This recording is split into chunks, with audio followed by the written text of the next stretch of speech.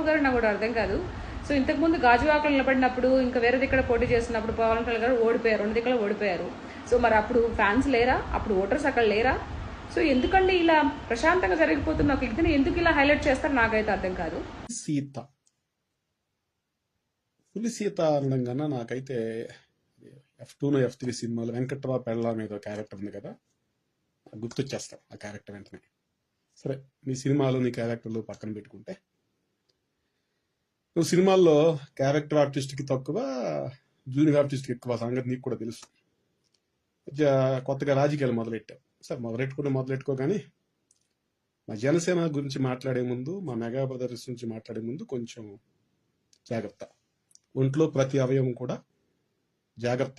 జాగ్రత్తలో ఉండి మాట్లాడాలి. నోటికి ఏది వచ్చినట్టు ఏది మాట్లాడి నీ విజ్ఞాన ప్రదర్శనలకి చేయొద్దు. ఇక్కడ మా పార్టీ గురించి చేయి. మాకు తెలుగుదేశం గురించి నువ్వు పొగుడుకో మాకు అభ్యంతరం లేదు. నువ్వు ఏమైనా చేసుకో, భజన చేసుకో. అది నీ వ్యక్తిగతం, మాకు సంబంధం లేని అంశం.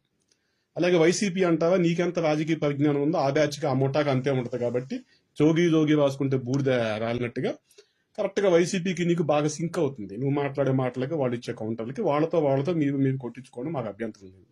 దాని గురించి కూడా మా పార్టీ గురించి మాట్లాడే ముందు ఒంట్లో ప్రతి అవయవం కూడా జాగ్రత్తలో ఉండాలి. గుర్తుపెట్టుకో. పులి సీత వెంకటరావు పెళ్ళం గుర్తుపెట్టుకో, బాగా జాగ్రత్త గుర్తుపెట్టుకో. పిఠాపురంలో ఇప్పుడు అభిమానులు గెలిపించారు, వీళ్ళు గెలిపించారు కదా, మరి గత ఎన్నికల్లో ఎందుకు మీ అభిమానులు ఏమైపోయారు, ఎందుకు గెలిపించలేదని చెప్పేసి నువ్వు ప్రశ్నిస్తున్నావు కదా. భీమవరం, గాజువాకల్లో ఏమైపోయారు, 2 చోట్ల పవన్ కళ్యాణ్ ఓడిపోయాడు కదా అని చెప్పేసి మంచి ప్రశ్న వేశావు. చాలా మంచి ప్రశ్న. 2 చోట్ల ఓడిపోయినా కూడా మాకు 2 చోట్ల 2వ స్థానంలో ఉన్నాము. మాకు మంచి ఓట్లే వచ్చినాయి. గాజువాకల మనకి భీమవరంలో అయితే అది చాలా జరిగింది. దానికి సంబంధించి రీకౌంటింగ్లు అది ఇది, పవన్ కళ్యాణ్ గారి మెజారిటీ వస్తే మళ్ళీ రీకౌంటింగ్ అని చాలా కథ జరిగింది. సరే, మొత్తానికి 2 చోట్ల ఓడిపోయినా మేము 2వ స్థానంలో ఉన్నాం. అది ప్రజలు ఇచ్చిన నిర్ణయాన్ని మేము స్వాగతించాం. అక్కడ మాకు అభిమానులు పిఠాపురంలో ఎలా పనిచేశారు, అక్కడ కూడా అలాగే పనిచేశారు. అయితే మేము ఓడిపోయాము, ఓటమిని అంగీకరించాము. ఆ 2 స్థానాల్లో కూడా తెలుగుదేశం 3వ స్థానంలో ఉంది. తెలుగుదేశం మొదటి స్థానం లేదు. వెంకటరావు పెళ్ళం 3వ స్థానంలో ఉంది తెలుగుదేశం పార్టీ. ఆ 2 స్థానాలు కూడా. మరి మీరు ఈ రోజు 2024 ఎలక్షన్స్ లో పవన్ కళ్యాణ్ గారిని గెలిపించేసామని చూసి మీరు ఏమైతే ఫీల్ అయిపోతున్నారో, మీ ముఠా అంతా, మీ కార్యకర్తలు, మీ నాయకులు, మీ ముఠా, మీ మీడియా ఛానళ్ళు, నువ్వు, మీలాంటోళ్ళు ఎంతమంది అయితే ఉన్నారో వాళ్ళంతా కూడా 2019 ఎన్నికల్లో లోకేష్ గారిని మంగళగిరి నుండి ఎందుకు గెలిపించలేకపోయారు? మీకు ఎంత బలం ఉంది, ఎంత బలగం ఉంది, అశేష ప్రజాదరణ ఉన్న పవన్ కళ్యాణ్ గారిని మీరు గెలిపించేశారు. పిఠాపురంలో స్థానికంగా ఆ సీటు మాకు అనుకూలమైన సీటైనా, 2009 ఎన్నికల్లో ప్రజారాజ్యం అభ్యర్థి గెలిచినా, అది కూడా పిఠాపురం వర్మ చేతిలో గెలిచినా, వర్మ మీద గెలిచినా కూడా, సో అది అయినా కూడా ఆ సీట్లో మీరే మమ్మల్ని గెలిపించాల్సి మీరు అంటున్నప్పుడు 2019 ఎలక్షన్స్ లో మంగళగిరిలో లోకేష్ ని మీరు ఎందుకు గెలిపించుకోలేకపోయారు? మీ ఎంత మందం ఉండి, ఎంత బలగం ఉండి కూడా మీరెందుకు గెలిపించుకోలేకపోయారు 2019లో? సమాధానం చెప్పాలి. మీరు గాజువాక, భీమవరం గురించి మాట్లాడితే మంగళగిరి గురించి కూడా మాట్లాడాలి. మీరు మంగళగిరి ఏమన్నా అదన్నా రిమోట్ విలేజ్, అక్కడ అరకులో ఉందా, ఇంకో చోట ఉందా? రాజధాని ప్రాంతము, చంద్రబాబు నాయుడు గారి కరకట్ట నివాసం అక్కడే ఉంది. ఆ పక్కనే తాడికొండ నియోజకవర్గం, ఈ పక్క మంగళగిరి నియోజకవర్గము, రాజధాని ప్రాంతం. అక్కడ 10 లక్షలు, 20 లక్షలు, 50 లక్షలు ఉండే భూముల రేట్లు 2 కోట్లు, 3 కోట్లు, 5 కోట్లకి వెళ్ళిపోయినాయి. భూముల ధరలు పెరిగినాయి. ఆ ప్రాంతం అంతా రాజధానితో కొత్త కళ వచ్చింది. అటువంటి ప్రాంతంలో కూడా లోకేష్ ఓడిపోయాడు కదా. మీరంతా ఏమైపోయారు 2019లో? నిజాలు మాట్లాడుకుంటే ఇలాగే ఉంటాయి. పిఠాపురంలో పవన్ కళ్యాణ్ గారికి భారీ మెజారిటీ రావడానికి ఎన్ని అంశాలు దోహదపడ్డా తెలుగుదేశం నాయకులు, కార్యకర్తలు, అలాగే మాజీ ఎమ్మెల్యే వర్మ గారు కూడా ఒక ఫ్యాక్టర్. ఇది మెజారిటీ, అంత భారీ మెజారిటీ రావడానికి. మంగళగిరిలో లోకేష్ అంత భారీ మెజారిటీ రావడానికి జనసేన నాయకులు, కార్యకర్తలు, మా ఇన్ఛార్జి చలపతి శ్రీనివాసరావు గారు, మేము కూడా ఒక ఫ్యాక్టర్. మేము కూడా చెప్తాం, మంగళగిరిలో అంత మెజారిటీ వచ్చిందంటే మేము కూడా భాగం దానిలో, మేము కూడా మా మద్దతు కూడా ఉన్న వాళ్ళు అంత మెజారిటీ వచ్చిందని మేము గర్వంగా చెప్పుకుంటాం. మీరు చెప్పండి, తప్పేం లేదు.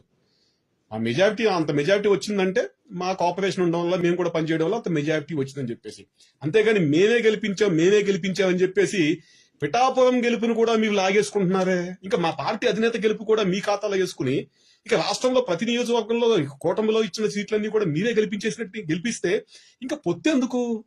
జనసేన 21 సీట్లు మీరే గెలిపించేశారు, బీజేపీ 7 గెలిచింది, ఆ సీట్లు మీరే గెలిపించేశారు, ఎంపీలు మీరే గెలిపించేసినప్పుడు ఇంకా మిగతా పార్టీలతో పొత్తెందుకమ్మా మీకు? మీ నాయకుడికి వెళ్ళి చెప్పండి, లోకేష్కి, చంద్రబాబు నాయుడు దగ్గరికి వెళ్ళి నీలాంటి వాళ్ళంతా చెప్పాలి వెళ్ళి, అయ్యా నాయకుడా ఏంది మన బలం ఎంత, మన బలగం ఎంత, మన సైన్యం ఎంత, మనం టిక్కెట్లు ఇచ్చి పొత్తు పెట్టుకుని వాళ్ళని గెలిపించడం ఏంటి? మన అభ్యర్థులు మనం గెలిపించుకోలేమా? మనం ఎందుకు త్యాగం మాట్లాడితే త్యాగం అంటున్నారు, మనం ఎందుకు త్యాగాలు చేయాలి వేరే వాళ్ళ కోసం? అయ్యో ఇది కరెక్ట్ కాదని చెప్పేసి మీ నాయకుడికి తెలియదేమో చంద్రబాబు నాయుడు గారికి ఒకసారి చెప్పండి పెద్ద ఆయన చెప్పి కనువిప్పి కలిగించండి. మరి ఆయన చేతుల్లోకి వచ్చి పార్టీ వచ్చిన 1999 ఎన్నికల నుండి కూడా పొత్తు లేకుండా ఎప్పుడు ఆయన సీఎం కాలేదు. 3 సార్లు గెలిచినప్పుడు కూడా 3 సార్లు పొత్తు, 3 సార్లు బీజేపీ ఉంది, 2 సార్లు 2 సార్లు జనసేన పార్టీ ఉంటే ఆ పొత్తులో 3 సార్లు బీజేపీ పార్టీ ఉంది. 1999లో బీజేపీ ఉంది, 2014లో బీజేపీ ఉంది, 2024లో బీజేపీ ఉంది. ఆయన సింగిల్ గా వెళ్ళిన ఎలక్షన్ ఏమైనా ఉందంటే 2019లో వెళ్ళాడు సింగిల్ గా, మటాష్ అయిపోయింది 2019 ఎలక్షన్. 2009లో కమ్యూనిస్టులు ఆడుతూ వెళ్ళాడు, మటాష్ అయిపోయింది. 2004 బీజేపీతో వెళ్ళాడు, మటాష్ అయిపోయింది. సో ఆయన పొత్తుతో వెళ్ళి మటాష్ అయినాయి, పొత్తుతో ఎలని మటాష్ అయినాయి. ఆయన గెలిచిన ప్రతిసారి కూడా పొత్తుతోనే గెలిచాడు. మీ నాయకుడు క్లారిటీ ఉంది ఎలా ఉంటుంది ఏంటనేది. ఒకవేళ ఆయనకన్నా మీకు ఎక్కువ విజ్ఞానం ఉంటే విజ్ఞాన ప్రదర్శనలన్నీ కూడా మీ నాయకుడు ముందు, మీ పార్టీ ఆఫీస్ ముందు చేసుకోండి, వెళ్ళి వ్యక్తిగతంగా చెప్పుకోండి. త్యాగం అంటున్నారు, ప్రతి మాటకి త్యాగమే. మా అధినేత పోటీ చేసిన చోట కూడా మీరు త్యాగాలు చేసేసారు. మంగళగిరిలో మేము త్యాగం చేసినట్టు కాదా? 2019లో మంగళగిరి లోకేష్ ఓడిపోయిన సీటు కదా, 2019 పిఠాపురం టీడీపీ ఓడిపోయిన సీటు కదా. మీరు ఓడిపోయిన సీట్లలో, గత ఎన్నికల్లో ఓడిపోయిన సీట్లలో కూడా మీరు త్యాగాలు చేసినట్టయితే ఇంకా పొత్తెందుకు? పొత్తు లేకుండా మీరే పోటీ చేసుకోవచ్చు కదా. ఏమి దాటిన తర్వాత సామెత ఉంది కదా, ఆ విధంగా తయారైపోయారు. పిఠాపురంలో క్షేత్రస్థాయి నుండి కూడా జనసేన పార్టీ కార్యకర్తలు సర్వశక్తులు ఒట్టి కష్టపడ్డారు. అలాగే నాగబాబు గారు నామినేషన్ వేసిన దగ్గర నుండి కూడా ఎలక్షన్ వరకు కూడా, పోలింగ్ వరకు కూడా ఆయన పిఠాపురంలో స్వయంగా ఉండి కూడా అన్ని పర్యవేక్షించారు, అన్ని చూశారు దగ్గర నుండి. అలాగే ఎంపీ అభ్యర్థితో కలిసి పనిచేశారు. ఎన్ఆర్ఐలు, వివిధ దేశాల నుంచి ఎన్ఆర్ఐలు అక్కడికి వెళ్ళి పనిచేశారు. అది వివిధ రాష్ట్రాల నుండి వచ్చిన, ఆంధ్రప్రదేశ్ కాకుండా పక్క రాష్ట్రాల నుంచి వచ్చిన ఉద్యోగులు కూడా అక్కడ పనిచేశారు, గ్రామాలు పంచుకున్నారు. అలాగే నాగబాబు గారి భార్య కూడా వ్యక్తిగతంగా పిఠాపురంలో తిరిగారు. ఆ వయసులో కూడా పెద్దావిడి ఇళ్లకెళ్లి రాజకీయంగా, స్థానికంగా ఏవైతే గ్రామాల్లో పెద్ద పెద్ద నాయకులు ఉంటారో, ఆ గ్రామానికి సంబంధించిన నాయకులు ఎవరైనా ఉంటారో, ఎవరైతే గ్రామంలో ఓటర్లని వాళ్ళ మాట చెప్తే ఓటర్లు వింటారో, అటువంటి వాళ్ళ దగ్గరికి వెళ్ళి కూడా పెద్దావిడ అందరినీ కూడా అడిగారు, నా మరిదిని గెలిపించండి అయ్యా, ఒకసారి ఒక అవకాశం ఇవ్వండి మా మరిదికి, పవన్ కళ్యాణ్కి గాజు గ్లాసుకు ఓటేమని చెప్పేసి ఆ వయసులో ఆవిడ ఇళ్లమ్మట తిరిగి ఎంతో మద్దతు కూడగట్టారు. నాగబాబు గారు కలిశారు. మేము సర్వశక్తులు వడ్డీ మేము కష్టపడ్డాం, ఆ ఫలితం మాకు వచ్చింది.